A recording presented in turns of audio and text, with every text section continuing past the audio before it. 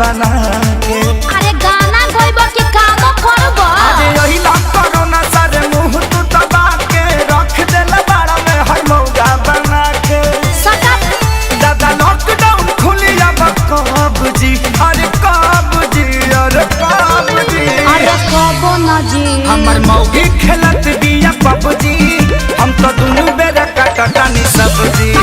हमर मौगी खेलत बिया पबजी, हम तो दुनू बेरा कटटानी सब्जी।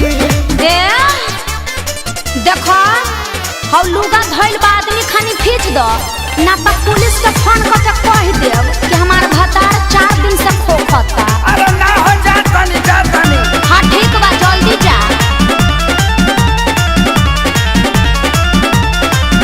घरवा में सूती उता करतिया सहो, फूकी फूकी चूल्हा हमारा निकलता गैस हो।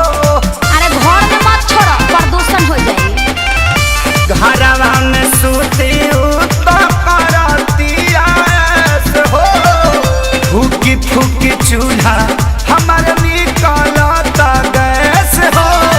झाड़ू लगाई फिर पोछा लगाई, अपन दर्द के तना ले बता। हाँ तो बैठ के हुड़बा। बाबू दिन तू देखौला ए रब जी, अरे रब जी, अरे रब जी। हमर मौगी खेलत बिया पबजी, हम तो दुनू बेरा कटटानी सब्जी। हमर मौगी खेलत बिया पबजी, हम तो दुनू बेरा कटटानी सब्जी। आ सुनो आलू बैंगन काट के मिक्स सब्जी भी बना दी हो।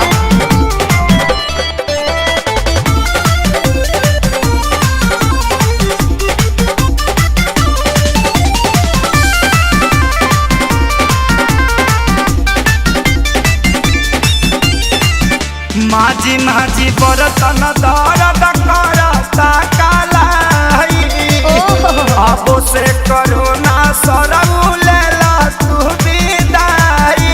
सार साहू मत करो चुपचाप काम करो, ई जाए वाला नहीं थे।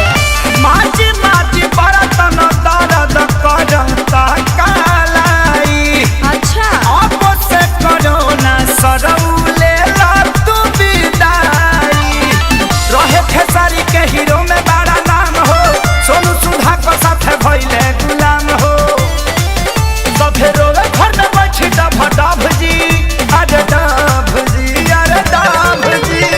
अल्ले मेला बच्चा हमर मौगी खेलत बिया पबजी, हम तो दुनू बेरा कटटानी सब्जी। हमर मौगी खेलत बिया पबजी, हम तो दुनू बेरा कटटानी सब्जी। चुप रह जानू, रिवाइटल खा के काम करत रह।